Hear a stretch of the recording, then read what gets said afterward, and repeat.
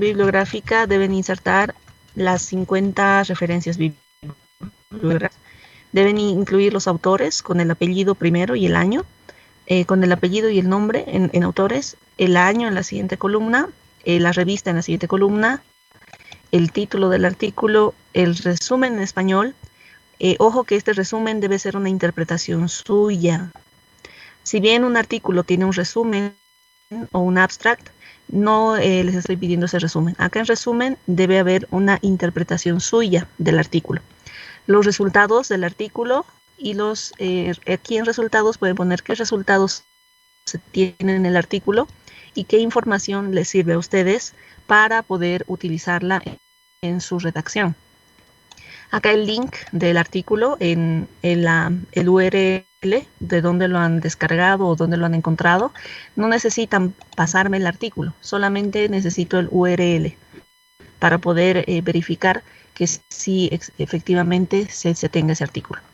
Una captura de la primera página en alta resolución del artículo. Dependiendo del espacio, ustedes pueden configurar el tamaño de celda, no hay problema, no es estricto que sea este tamaño la celda.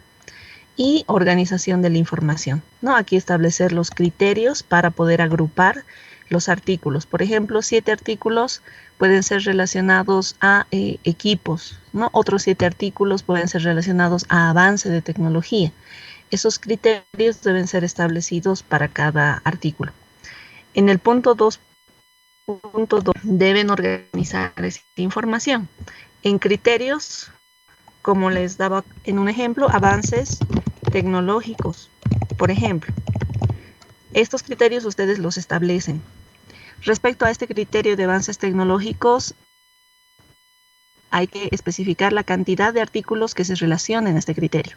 Por ejemplo, ¿no? 4 artículos se relacionarían a este criterio de la lista de 50 artículos que tengo. Y artículos de acuerdo a la numeración de la tabla. En la tabla tengo 50 artículos. En su numeración, por ejemplo, el artículo 7, el artículo 10, el artículo 21, el artículo 40, que serían los 4, son los que se relacionan con ese criterio. No, esta es una tabla resumen de los criterios y la cantidad de artículos que han encontrado con ese criterio. ¿Alguna pregunta? Inge, para el resumen en sí, ¿cuánto tendría que tener en cantidad, por decirlo? En resumen, podrían ser unos 3 párrafos. La cantidad de palabras se las voy a especificar. Creo que sí es importante que especifiquemos la cantidad de palabras. Pero aproximadamente unos 3 párrafos. ¿Alguna otra pregunta?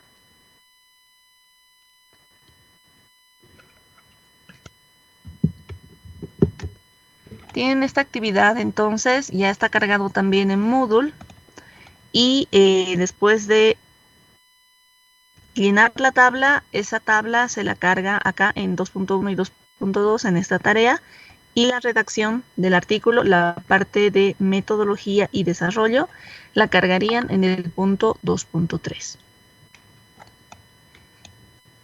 Bien, si no hay más preguntas, vamos a tomar asistencia y luego continuamos con el avance del capítulo 5.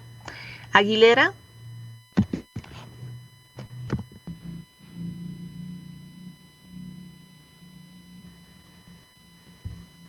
Aguilera. Aruquipa. Firme, Inge. Balboa. Firme, Inge. Butrón. Firme, Inge.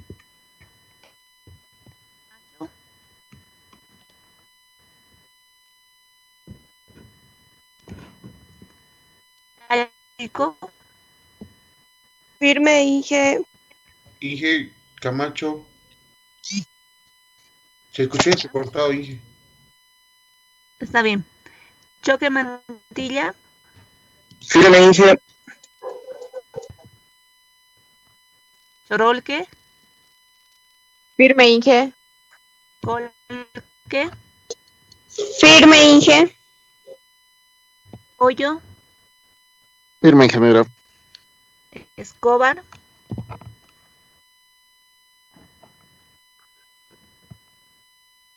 González, Firme, Inge, firme.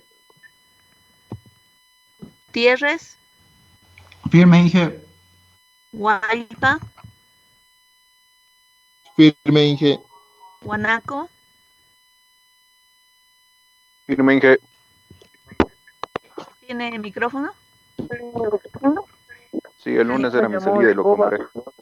Está bien. Ibáñez, Firme, Inge. López, Firme, Inge.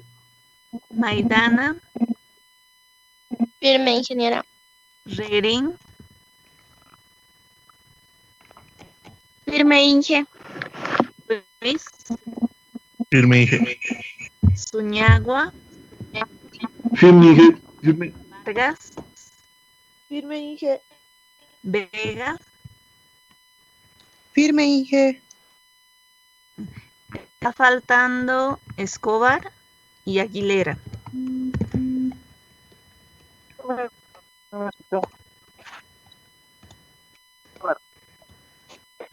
Me van a indicar, por favor, si no se escucha bien. Creo que la velocidad del internet, no solo el mío, creo que en todo lado está fallando, ¿no? No está muy bien la velocidad del internet. Creo que Inge, Como les no, mencionaba, no, el no, capítulo 1, perdón que me interrumpa, Escobar le está diciendo firme, Inge. Escobar, ya, está faltando Aguilera, entonces.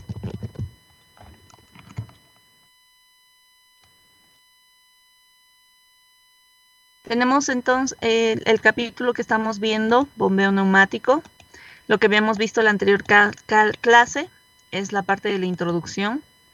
Hemos mencionado que es uno de los métodos que más se utiliza, el bombeo neumático, y se utiliza gas a alta presión para asistir a la producción.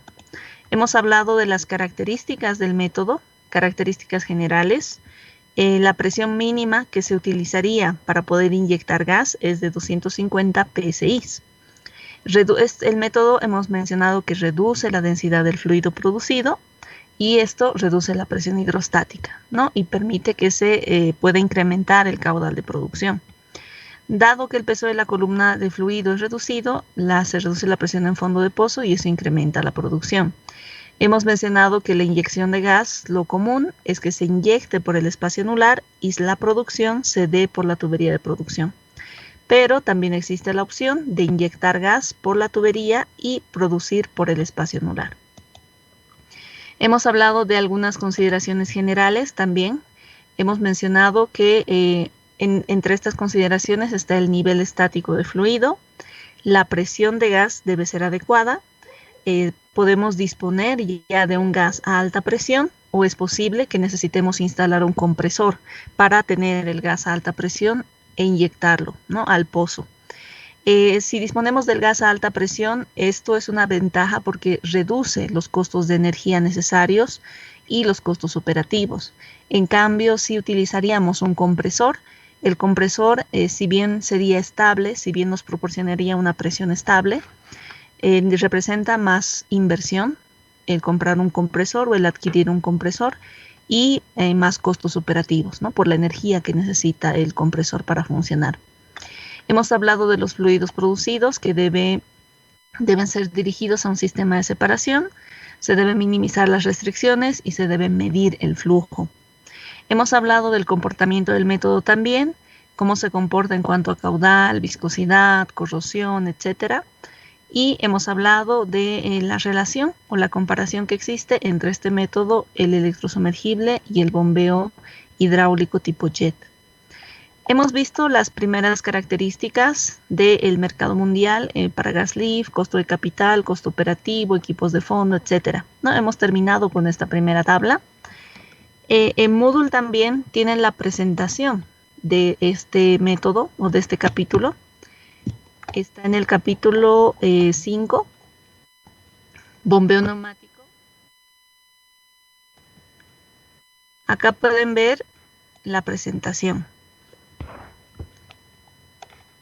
¿no? Si ustedes ingresan al Moodle, igual pueden tener acceso a la presentación de este capítulo. Voy a ingresar a la presentación para que la podamos avanzar de ahí. Hemos visto entonces las primeras diapositivas de este capítulo y nos hemos quedado en las características, ¿no? En las tablas comparativas. Entre estas características hemos visto la primera tabla y nos faltaría ver las siguientes. En la siguiente tabla tenemos el uso del método. En general este método es bueno, ¿no? El método gas lift es bueno, es flexible y el sistema artificial por gas lift nos da un alto caudal para pozos que tengan una alta presión en fondo de pozo. Generalmente, bueno, esto se asemeja mucho a un pozo fluyente.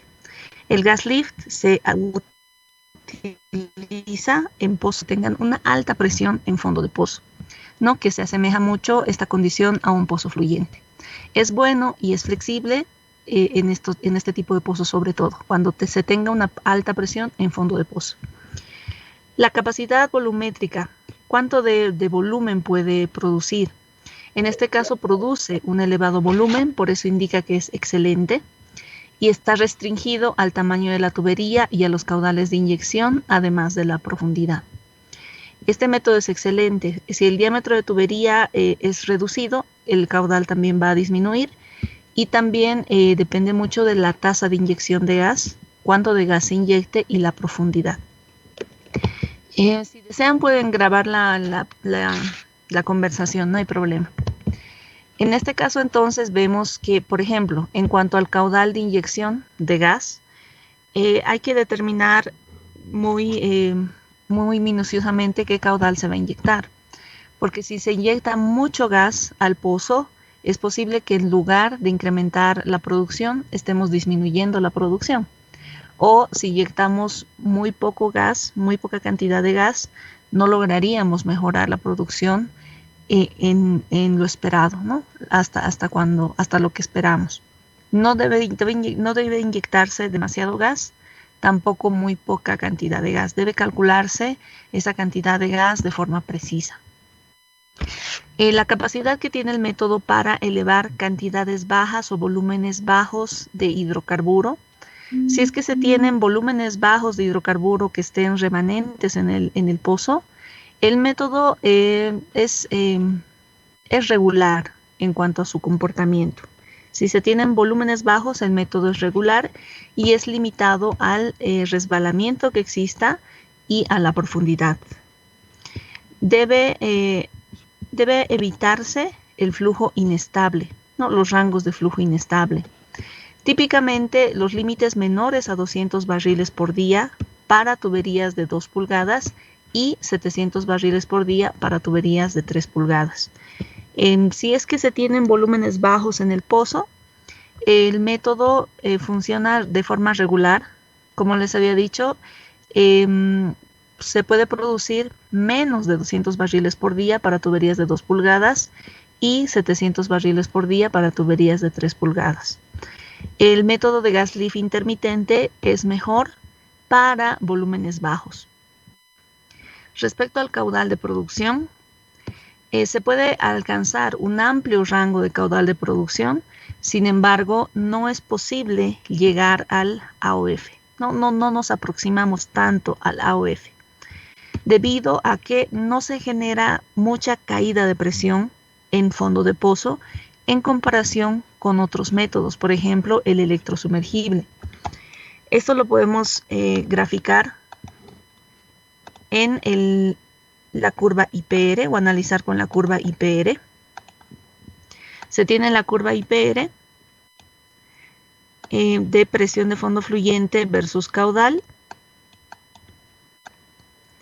Y en esta curva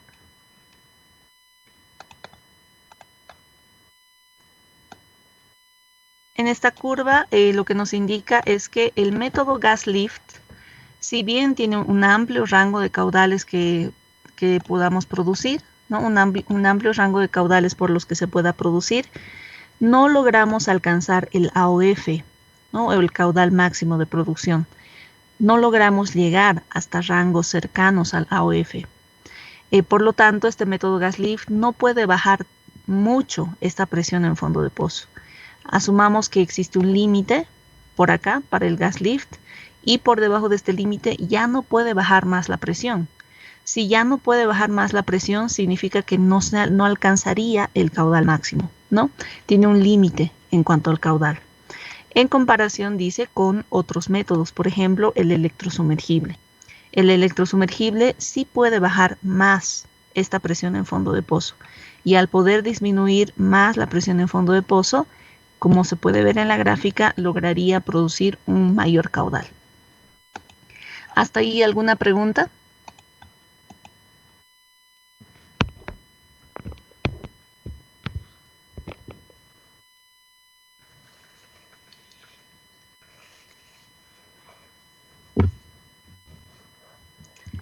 La siguiente característica es la presión de fondo fluyente.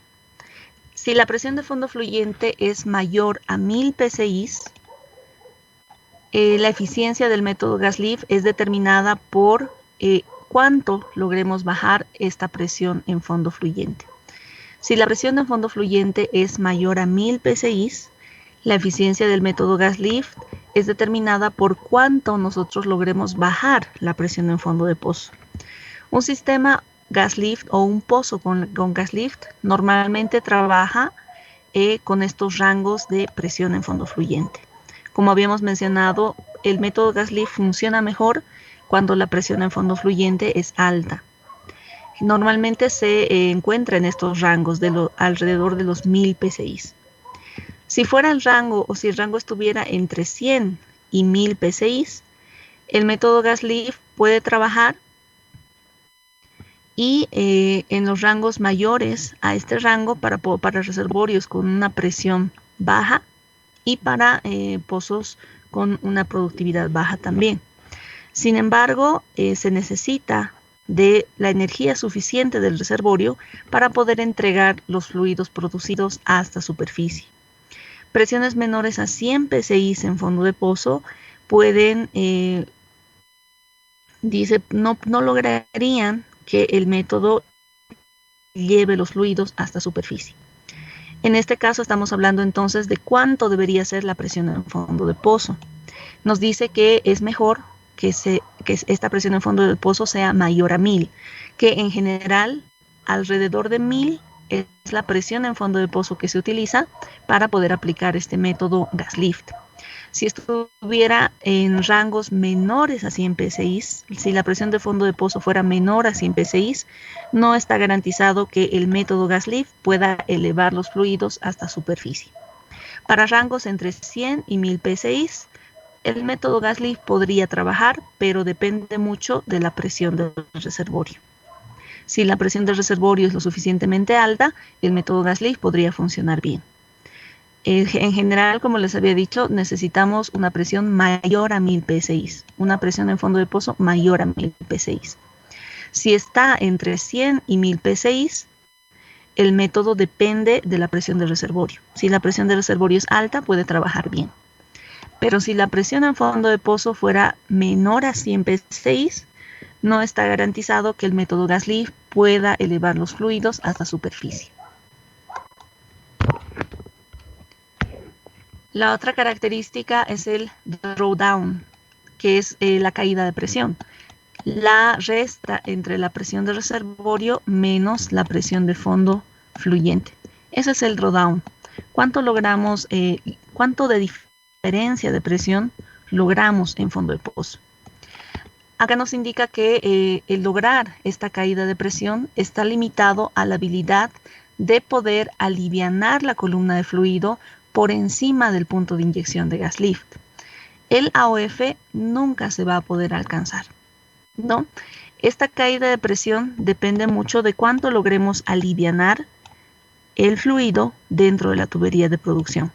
Recordemos que se inyecta hacia la tubería de producción el gas desde el espacio anular.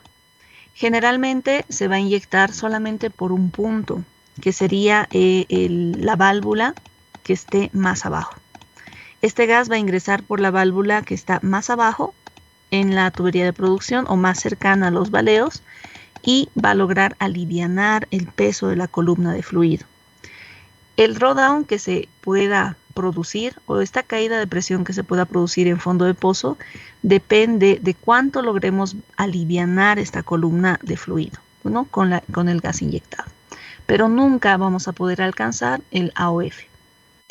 Respecto a la estabilidad de flujo, el gas lift puede manejar todos los regímenes de flujo, ya sean estables o inestables. ¿Cuándo se considera un flujo estable? Un régimen de flujo estable.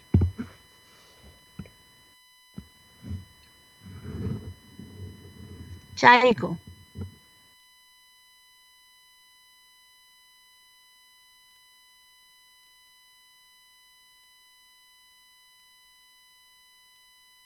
¿Cuándo se considera un régimen de flujo estable?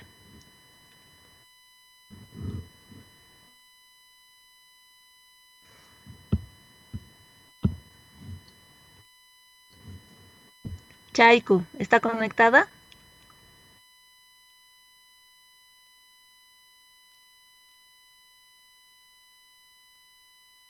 Escobar.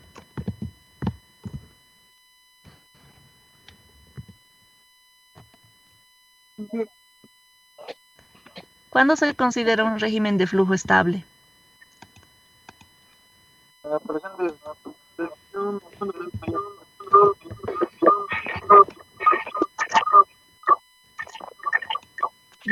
No se le escucha bien. Otra persona, por favor, Colque Condori. ¿Cuándo se consideraría un régimen de flujo estable? Sí, Inge.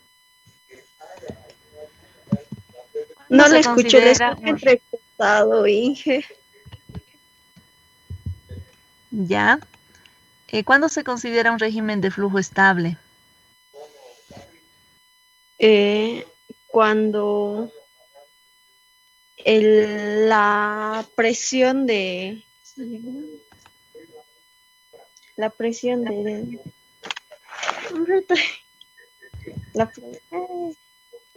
Inge, cuando la diferencial de presión con respecto al tiempo es cero.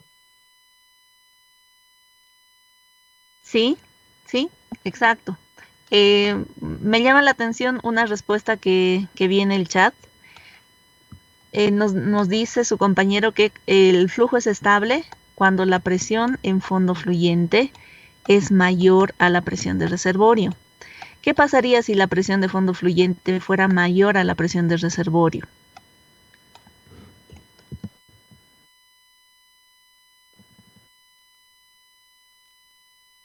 ¿Qué pasaría si la presión en fondo fluyente fuese mayor a la presión de reservorio?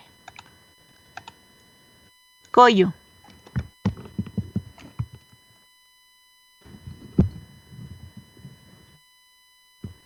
Esa es una respuesta que han dado. No estoy diciendo que sea la correcta, solo quiero analizar esa respuesta.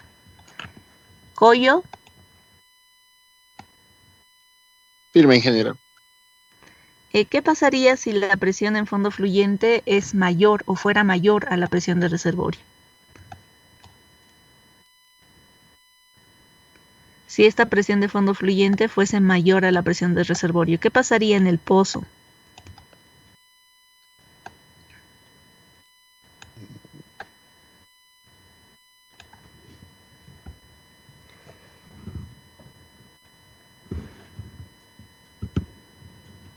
¿Nada, Coyo? No, ingeniero. ¿Guanaco?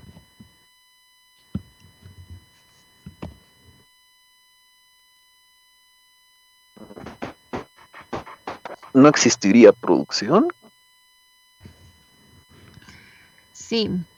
En ese caso, se consideraría que el fluido del pozo se dirige hacia el reservorio, ¿no? Es correcta su apreciación, porque si la presión del fondo de pozo fuera mayor a la presión del reservorio, el flujo siempre se dirige de una presión mayor a una presión menor.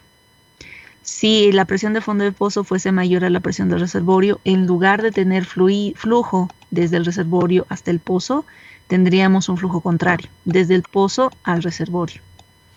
Si es que la presión en fondo fluyente fuera mayor a la presión de reservorio, el flujo sería en sentido contrario, ¿no? Desde el pozo hasta el reservorio. Y ahí estaríamos considerando un pozo inyector, por ejemplo. Lo que se requiere para un pozo productor es que la presión en reservorio sea mayor a la presión en fondo de pozo, para que el flujo vaya desde el reservorio hacia el pozo y desde el pozo hasta superficie, ¿no? Esa aclaración me parece importante hacerla. Si esta presión de fondo de pozo fuera mayor a la presión de reservorio, el fluido iría en sentido contrario y estaríamos hablando de un pozo inyector. Lo que se considera para un pozo productor es que la presión de reservorio sea mayor a la presión de fondo de pozo, para que podamos tener la producción hacia superficie. Y lo que estamos viendo en este método es que la presión de fondo de pozo sea baja o disminuyamos la presión de fondo de pozo para incrementar el caudal. Estábamos hablando del régimen de flujo estable.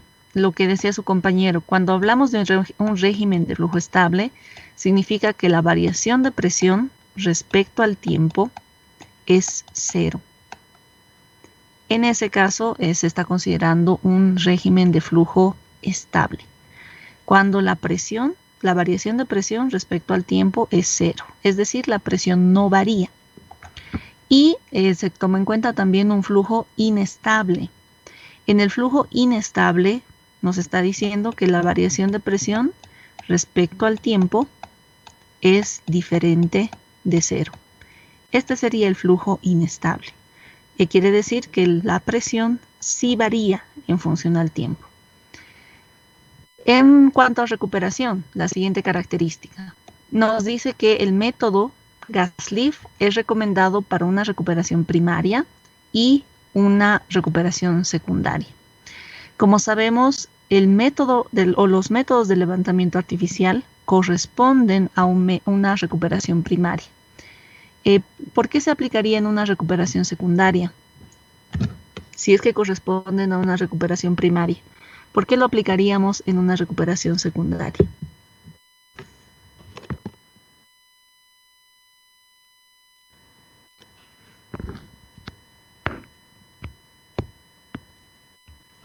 Vargas.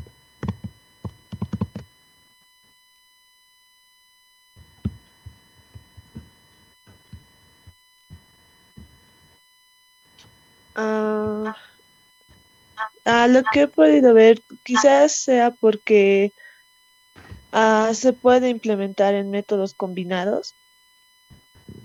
Sí, correcto. Se puede combinar los métodos, ¿no?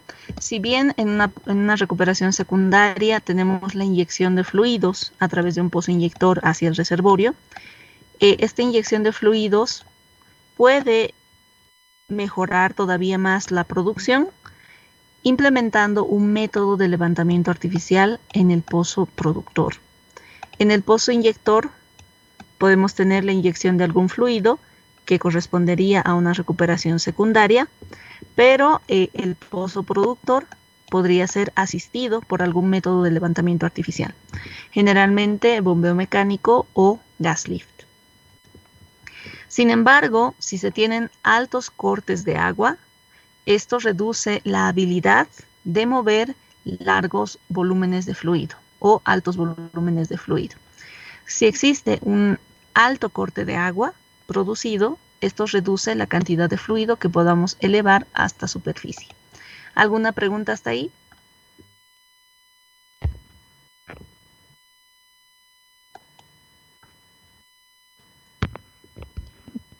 Vamos con la siguiente característica.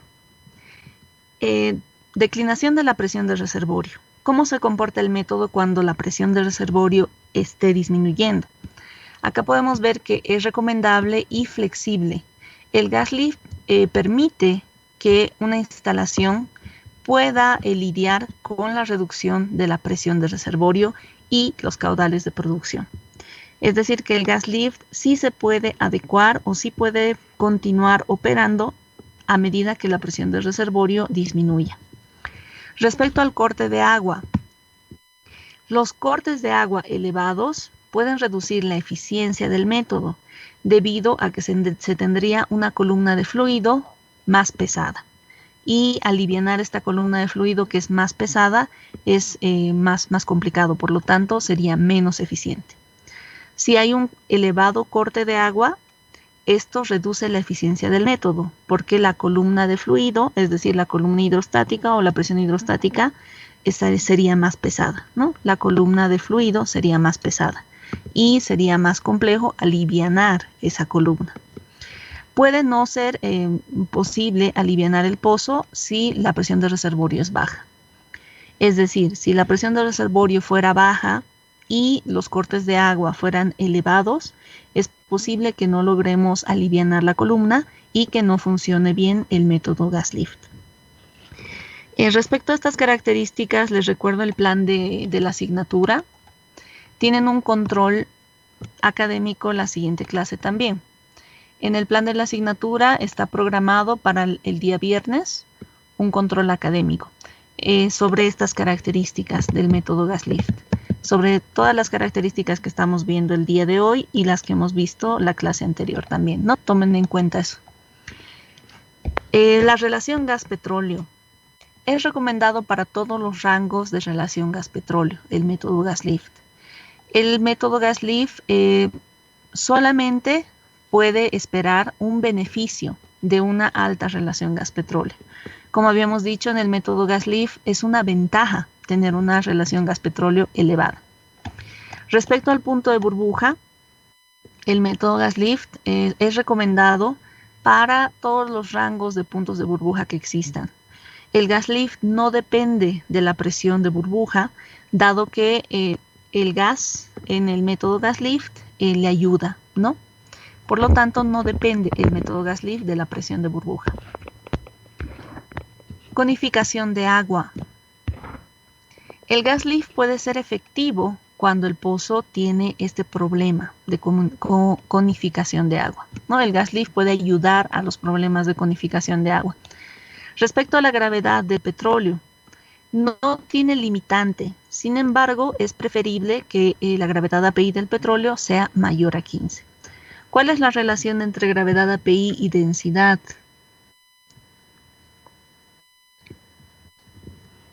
¿Qué relación tiene con la densidad? Ibáñez, gravedad API y densidad.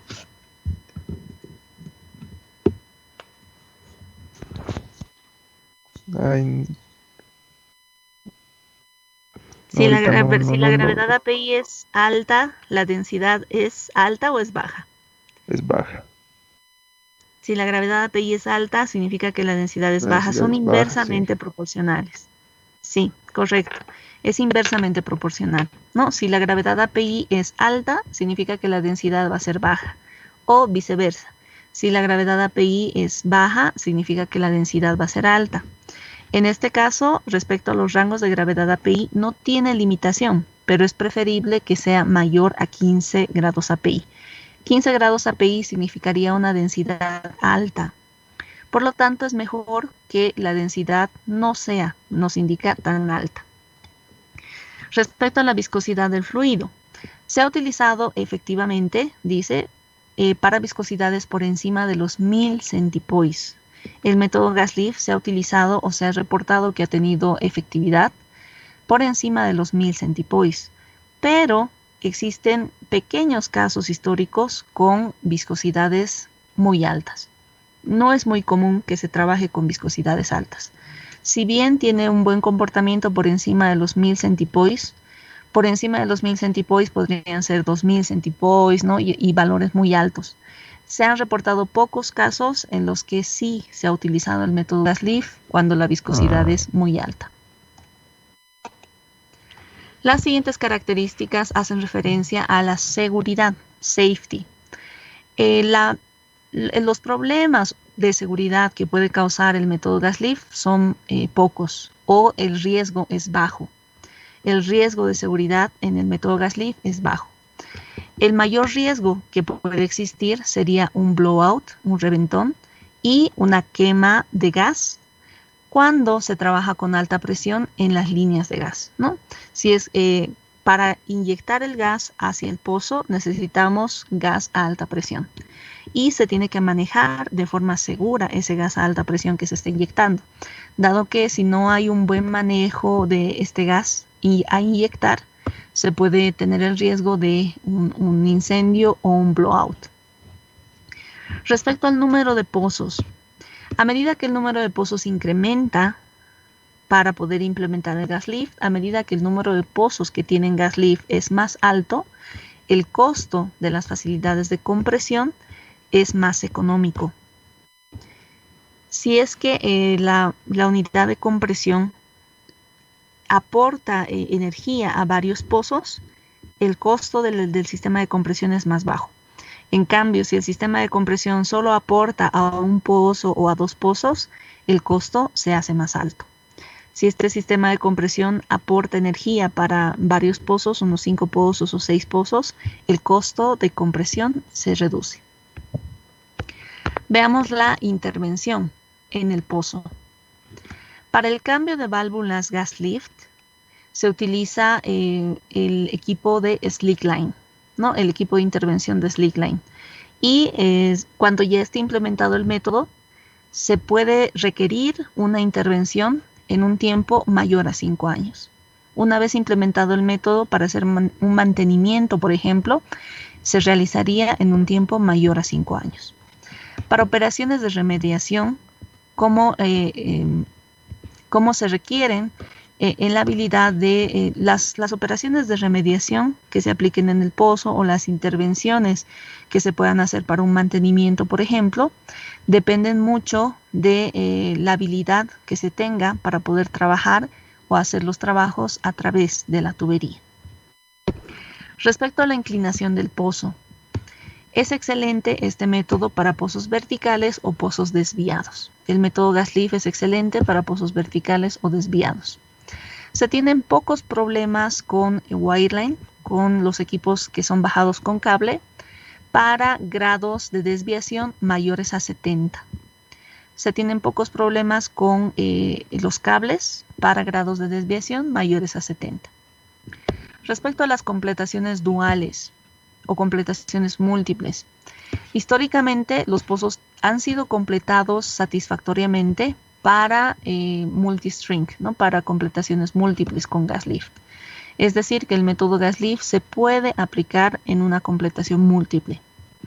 Lo óptimo es que se pueda aplicar un sistema continuo en una de las tuberías y un sistema intermitente en la otra.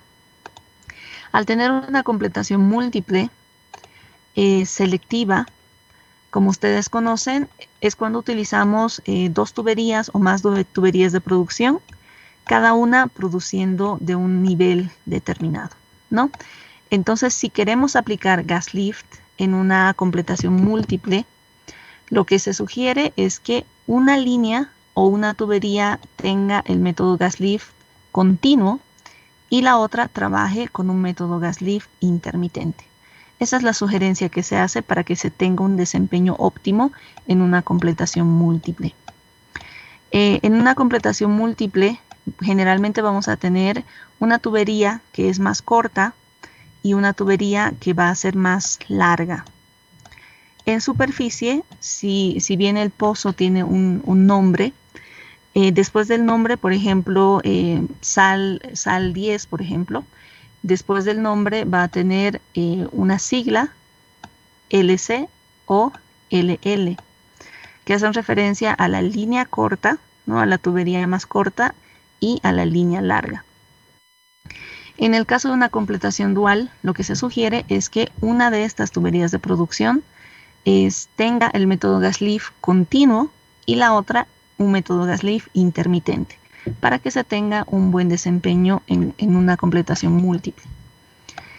Respecto al inicio de las operaciones con el método gas lift, si es que ha sido cerrado el pozo, para iniciar nuevamente la producción se tiene que tener disponible el gas después de que ha sido cerrado el pozo. Inmediatamente querramos iniciar la producción, se tiene que tener el gas disponible. El gas o la fuente de gas puede ser obtenida del gas producido de otro pozo. Otro pozo puede tener producción de gas y esta producción de gas se puede inyectar, o ese gas producido se puede inyectar al pozo con gas lift. La fuente del gas puede provenir de otro pozo que esté con flujo natural o con flujo artificial, pero que no sea un método gas lift. O dice otro pozo fluyente de gas, o importar el gas de una fuente externa a través de gasoductos. ¿Hasta ahí alguna pregunta?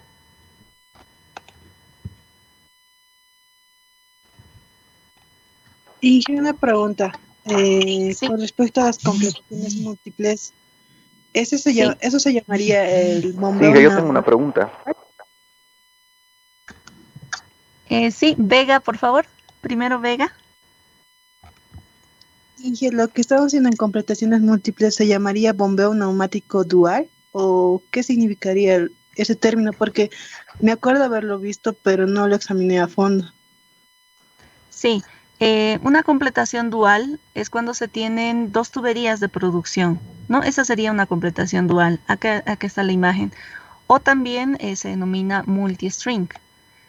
Multi-string cuando se tienen más de dos tuberías de producción. No, dual cuando tenemos dos tuberías, y multi-string es un término más general, multi-string. Es decir, puede estar acá incluido una completación de dos tuberías o tres tuberías en una multi-string. Pero este ejemplo específico de dos tuberías sería dual, ¿sí? Y lo que sería bombeo neumático dual. Bombeo neumático dual, el término como tal, no lo he visto, creo que no se utiliza. Pero sí, el bombeo neumático se puede aplicar a una completación dual. Ay, gracias, Inge. Es que esa parte tenía duda porque la vi en una tesis, creo que una aplicación, y decía aplicación o más o menos una examinación de un bombeo neumático dual, y tenía dudas si se refería a inyectar inyectar gas continuo y el intermitente, o se refería al tipo de tubería o completación que estaba siendo aplicada. Sí, me imagino que es a la completación. El bombeo neumático aplicado a una completación dual. Debería ser así. Gracias, ¿Alguna Inge. otra pregunta?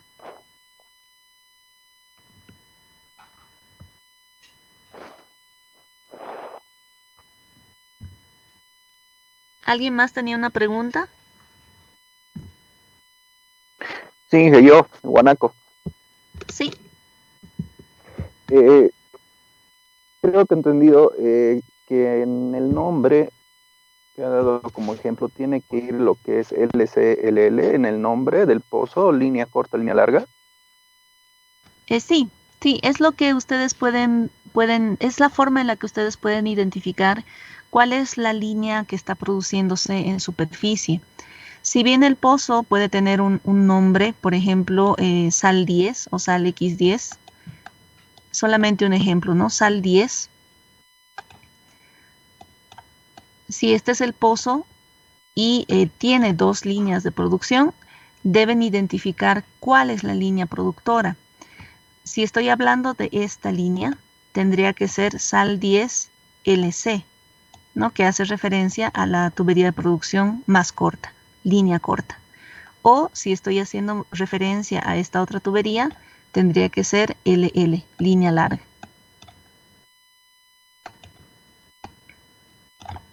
Esa tendría que ser la designación. Hemos tomado nosotros el campo Surubí como pozo ejemplo para el trabajo que nos ha dado, y de la misma forma es dual, tiene dos tuberías, pero en el nombre no indica lo que usted me dice, lo que es línea larga, línea corta, o sea, es Surubí BB 101. El nombre del pozo como tal no tiene problema, ¿no? Puede ser simplemente, como en este caso, sal 10, como nombre del pozo.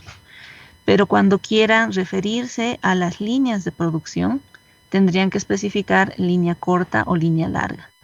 En ese caso sí, porque necesitan sí o sí hacer esta diferenciación, porque la línea corta no produce el mismo caudal que la línea larga. Para la línea corta, las propiedades del fluido pueden ser diferentes en comparación con la línea larga, porque la formación productora también es diferente, ¿no? Por lo tanto, las propiedades del fluido como tal serían diferentes también. En ese caso, para diferenciar la producción que va a través de una u otra tubería, se debe considerar siempre este término de línea corta o línea larga, para poder diferenciar la producción que se dirige a través de una u otra tubería. Ahora, si queremos referirnos al pozo en general, podemos utilizar solamente el nombre, ¿no? Como en este caso, sal 10. Está bien, Inge, gracias. De nada. ¿Alguna otra pregunta?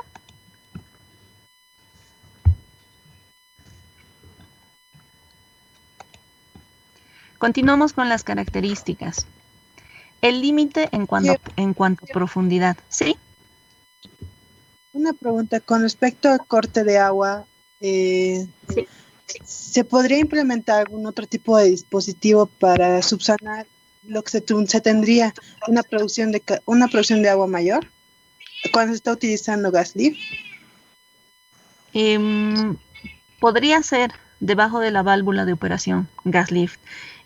Cuando se tiene un elevado corte de agua, se tienen dispositivos de control en cortes de agua elevados. Estos dispositivos de control son válvulas inteligentes que al detectar una elevada cantidad de agua, estas válvulas se cierran. Generalmente, este tipo de control inteligente que se hace con cortes de agua se aplica en pozos horizontales, ¿no? Por ejemplo, si tienes un pozo horizontal o un pozo desviado y luego se tendría esta sección vertical, en la sección vertical aplicarías el método gas lift, ¿no? En la sección vertical aplicas el método gas lift y en la sección horizontal podrías aplicar algún mecanismo para realizar este control de corte de agua. Como le había indicado, se pueden utilizar válvulas inteligentes y estas válvulas detectan el incremento del corte de agua y se empiezan a cerrar. Cierran un poco más la válvula para que el agua no logre ingresar tempranamente al pozo. En la sección vertical podrías utilizar gas lift, pero en la sección horizontal, si es que este fuera el caso, podrías utilizar algún método de control de agua.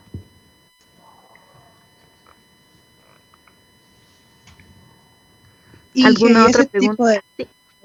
Ese tipo de válvulas que se pondría en el fondo de pozo, ¿tendrían que venir junto con una completación simple o tendrían un tipo de completación específica? Son completaciones inteligentes las que se harían, y este sistema de control puede tener un control de superficie también, ¿no? Esas válvulas inteligentes forman parte de un arreglo de completación inteligente que sí se podría utilizar con gas lift.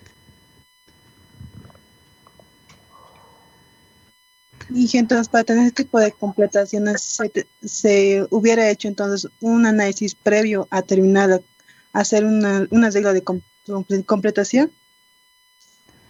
En el caso de que se anticipe que puedan tener un corte elevado de agua, sí se podría tener desde un inicio esa completación, ¿no? Con los equipos necesarios implementados. Pero eso ya tendría que venir de un análisis más profundo respecto a los cortes de agua y un estudio durante un mayor tiempo del mismo reservorio, ¿no? Porque si no analizamos cómo se va a comportar en el reservorio en el tiempo, tampoco podríamos anticipar que exista un elevado corte de agua. Si es que se tiene un buen análisis del reservorio, además de su comportamiento en el tiempo, entonces sí se podría anticipar e instalar todos estos equipos en el pozo. Pero si es que no se ha hecho un análisis muy profundo del reservorio o el análisis del reservorio ha sido corto, por ejemplo, un año, por decirlo así, no se tendría la información suficiente para anticiparse e instalar esta completación. Por lo tanto, tal vez se tendría que hacer una intervención y poder retirar el arreglo de completación anterior y poder instalar un arreglo de completación inteligente. Gracias, Inge. De nada. ¿Alguna otra pregunta? Inge, una pregunta. ¿A qué Sí. se refiere con completación inteligente? La completación inteligente es un arreglo de completación de pozo, como ustedes habrán visto antes, el conjunto de elementos que están ensamblados con la sarta de tuberías. ¿No? En este tipo en estos elementos, por ejemplo, están los mandriles, los nipples, los packers, etcétera. Son varios elementos o varios equipos que se utilizan. Pero en una completación inteligente, además de estos equipos, se utilizarían equipos de control, ¿no? Equipos que les den una medición en tiempo real y les ayuden a controlar el pozo. Esa es una completación inteligente, que les pueda dar una medición de qué es lo que está pasando en el pozo, sobre todo de presión, temperatura y caudal, y un control, ¿no? Que les ayude a regular, como les había dicho, por ejemplo, el cierre de la tubería para que no ingrese demasiada cantidad de agua, por ejemplo. Ese sería un ejemplo de control. Está bien, Inge, gracias. ¿Alguna otra pregunta?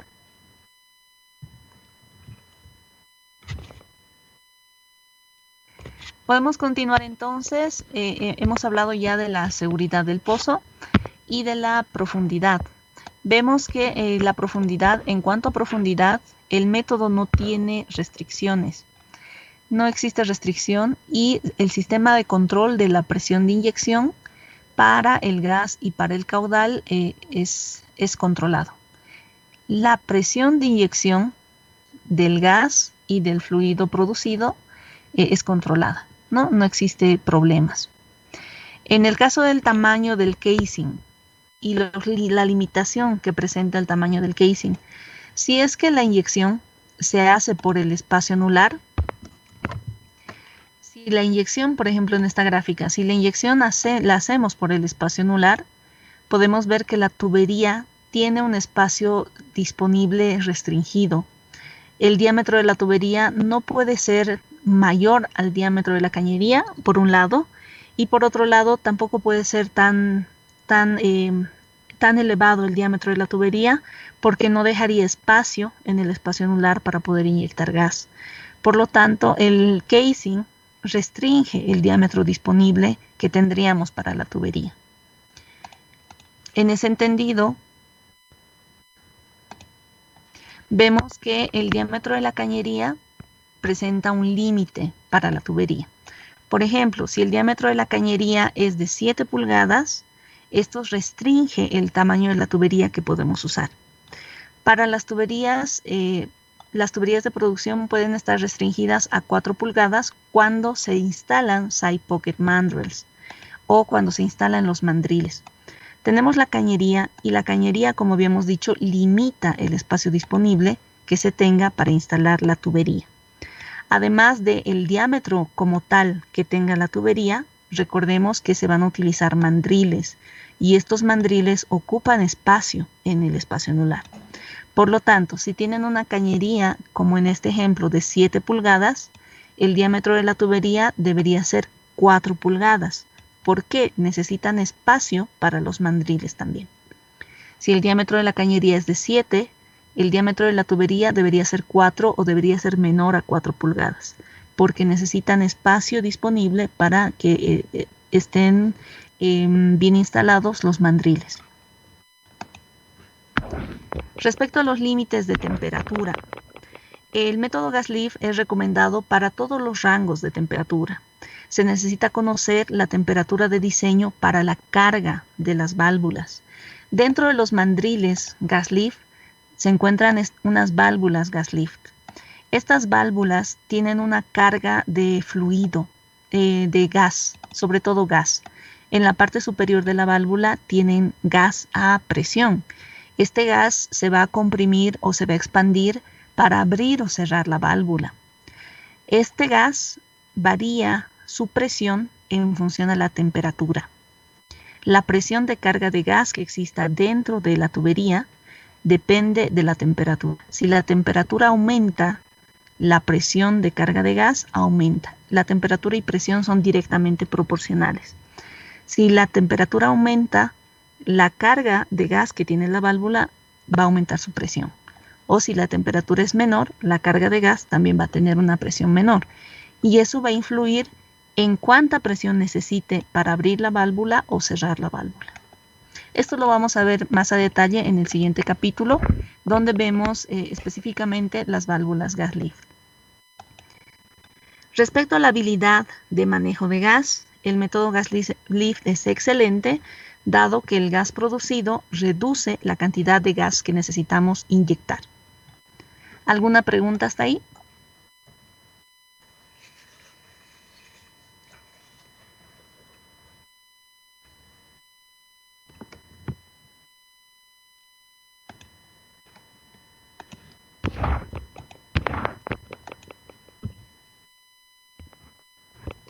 Las siguientes características hacen referencia a los fluidos corrosivos y el manejo de corrosión que tiene el método gas lift.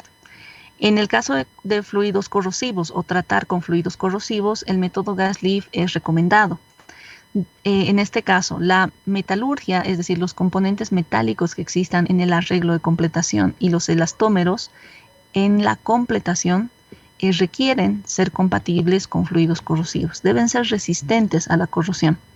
Si es que se tienen fluidos corrosivos en el pozo, los elementos metálicos y los elastómeros deben ser resistentes a esa corrosión.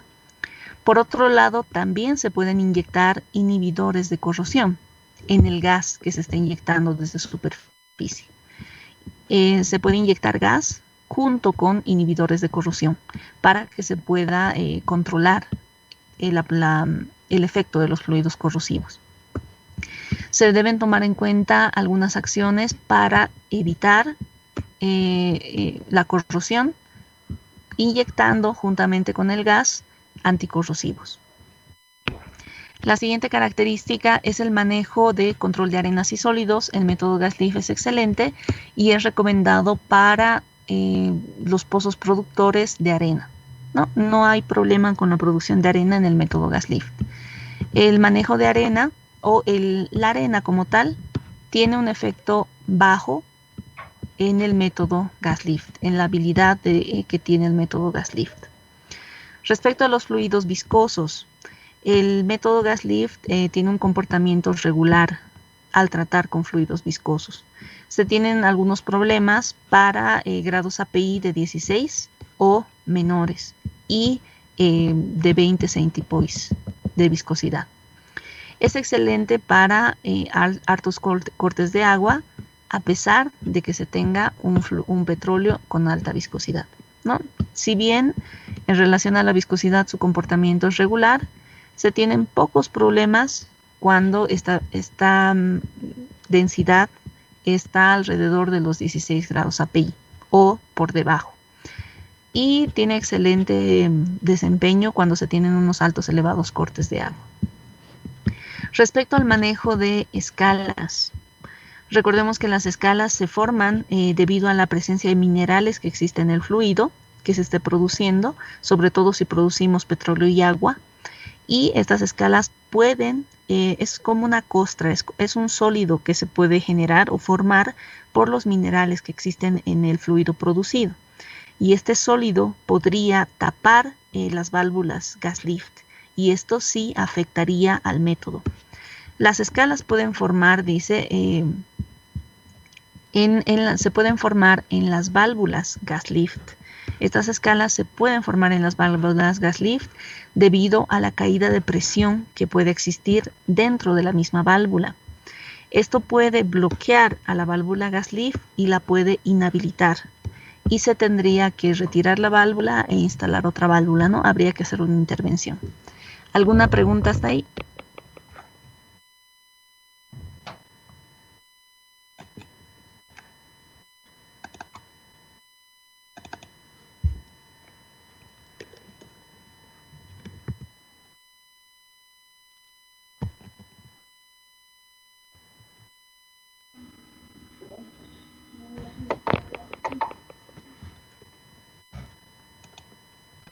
Vamos con las siguientes características. El manejo de parafinas, la capacidad de manejo de parafinas. Las parafinas se pueden depositar cerca a las válvulas operadoras de gas lift debido a los cambios de temperatura y presión. No, las parafinas, recordemos, son hidrocarburos altamente pesados que básicamente llegarían a ser sólidos y se pueden depositar cerca de las válvulas gas lift y la podrían bloquear, ¿no? En este caso, por ejemplo, podemos ver tuberías que tienen ese problema de parafinas y esto, como podemos ver, restringe el flujo y se podría bloquear también una válvula gas lift. Los asfaltenos, de forma similar, en el caso de producirse estos asfaltenos en un sistema gas lift, puede causar el riesgo de que estos depósitos bloqueen al sistema. Para esto se debería hacer un análisis químico de un campo individual para determinar si puede ocurrir o no la formación de asfaltenos. En cuanto al tratamiento de escalas e inhibidores de corrosión, el método gas lift es recomendado para cualquier tratamiento requerido. Estos tratamientos tienen un impacto bajo en el gas lift. Respecto a energía eléctrica, el método gas lift no necesita energía eléctrica, solamente requiere un gas a alta presión. Y respecto a la fuente de gas, es recomendado el método gas lift si se tiene una fuente de gas disponible, ya sea de un pozo productor de gas, ya sea un gas importado a través de un gasoducto o un pozo de gas. Habiendo visto estas características, vamos a pasar a ver las ventajas y desventajas del método gas lift. Ventajas. Vamos a leer las ventajas. ¿Puede leerlo, por favor, Ruiz?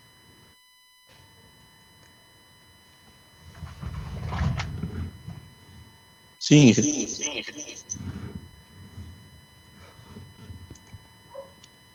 ¿Se alcanza a ver? ¿Lo puede leer, por favor? Ventajas. El sistema es simple. Un momento, dije, hay eco.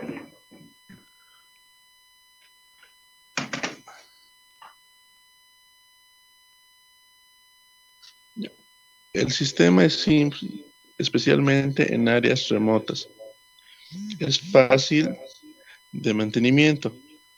Puede operar a elevada temperatura, flexible en términos de caudal y producción y profundidad. Puede tratar con producción de sólidos. No presenta dificultad con lidiar con la producción de gas o con pozos con una alta relación gas-petróleo. Puede ser utilizado en pozos desviados o de alta temperatura y de alta temperatura.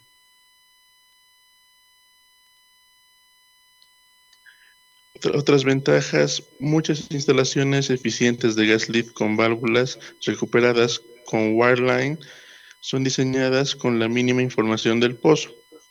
Las válvulas recuperables pueden ser reemplazadas sin necesidad de matar el pozo o extraer la sarta de tuberías. La mayoría de las válvulas son de diseño simple con pocas partes móviles. La área que se puede producir no atraviesa por las válvulas gas lift. La arena. Sí, gracias. La arena. Esas son las ventajas. Y en cuanto a desventajas, el método gas lift se considera un método de baja eficiencia. ¿Por qué? Porque no logra bajar la presión en fondo de pozo tanto como otros métodos. Como habíamos visto, el método electrosumergible, por ejemplo, puede bajar más la presión de fondo de pozo y se aproximaría a un AOF. En cambio, el método gas lift no logra bajar mucho la presión en fondo de pozo. Es por eso que se considera de baja eficiencia. Depende de la disponibilidad de gas de formación o de una fuente externa de gas para la inyección. Requiere un mayor espacio en superficie para el compresor. No es recomendado para crudos viscosos o emulsiones. Entre otras ventajas, tenemos que se pueden presentar problemas de hidratos y el gas inyectado, si el gas inyectado no es correctamente deshidratado. Si el gas que estamos inyectando tiene algún contenido de agua, puede formar hidratos y puede tapar las válvulas. El casing debe soportar la presión del gas inyectado. La eficiencia se puede reducir por la corrosión y presencia de parafinas. Si bien el método puede efectuar o puede permitir que se efectúe un tratamiento contra la corrosión y presencia de parafinas, si es que esto se presentara, reduce la eficiencia. Las presiones elevadas de separador son perjudiciales para este método debido a que no se lograría bajar adecuadamente la presión en fondo de pozo. La presión en fondo de pozo está limitada a la presión del separador, ¿no? Tenemos en superficie el árbol de Navidad y el separador de la producción. Si el separador tiene una presión, por ejemplo, de 500 psi, por ejemplo, si el separador tiene una presión de 500 psi, la presión de fondo de pozo no la puedo bajar por debajo de estos 500 psi. La presión de fondo de pozo siempre tiene que ser mayor a la presión del separador. Por lo tanto, esta presión del separador también me limita a cuánto puedo bajar la presión en fondo de pozo. No lo puedo bajar por debajo de los 500. Tendría que tener unos 700 psi, por ejemplo, para poder contrarrestar las caídas de presión que existan a lo largo de la tubería y el fluido alcance al separador que tiene una presión de 500. No puedo bajar la presión en fondo de pozo a una presión menor a la presión con la que esté trabajando el separador. Bien, hasta ahí vamos a ver el día de hoy, o vamos a avanzar el día de hoy. La siguiente clase van a tener un control académico. De acuerdo al plan de la asignatura, tienen para la siguiente clase un control académico sobre las características del método gas lift, ventajas y desventajas, que es lo que acabamos de ver el día de hoy, lo que hemos terminado de ver el día de hoy. Voy a volver a la presentación. Esta presentación, como ya les había mostrado, está en Moodle sobre las características, es decir, consideraciones generales, desde el punto 5.1, que hacen referencia a las características generales del método. Bombeo neumático y todo lo que hemos visto respecto al bombeo neumático hasta las ventajas y desventajas, incluyendo estas tablas, ¿no? Hasta las ventajas y desventajas. Hasta esta diapositiva, hasta el punto 5.4, el subtítulo 5.4, hasta ahí va a ser su control académico que lo van a dar la siguiente semana. ¿Alguna pregunta? Perdón, el día viernes va a ser el control. ¿Alguna pregunta? Se me entrecortó, ¿me puedes repetir, por favor? Sí. Para el día viernes vamos a dar el control académico del capítulo 5 de Gas Lift hasta el subtítulo 5.4, ventajas y desventajas, hasta donde hemos visto hoy. Todo el capítulo, todo lo que hemos visto dentro de ese capítulo hasta el subtítulo 5.4.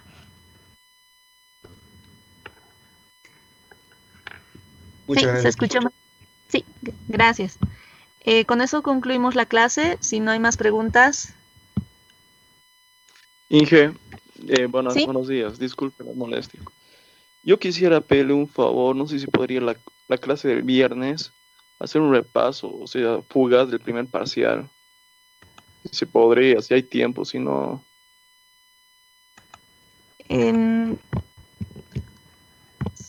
Sí, en otra asignatura me han pedido algo similar, ¿no?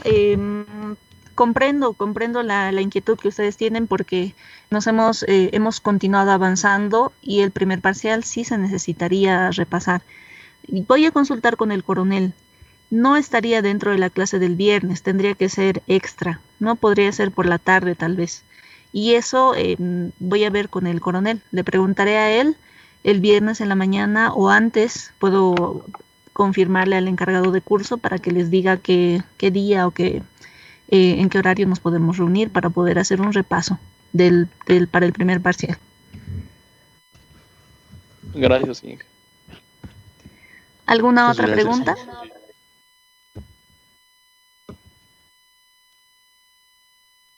Bien, si no hay más preguntas, recuerden que tienen las actividades en Moodle que están especificadas ya.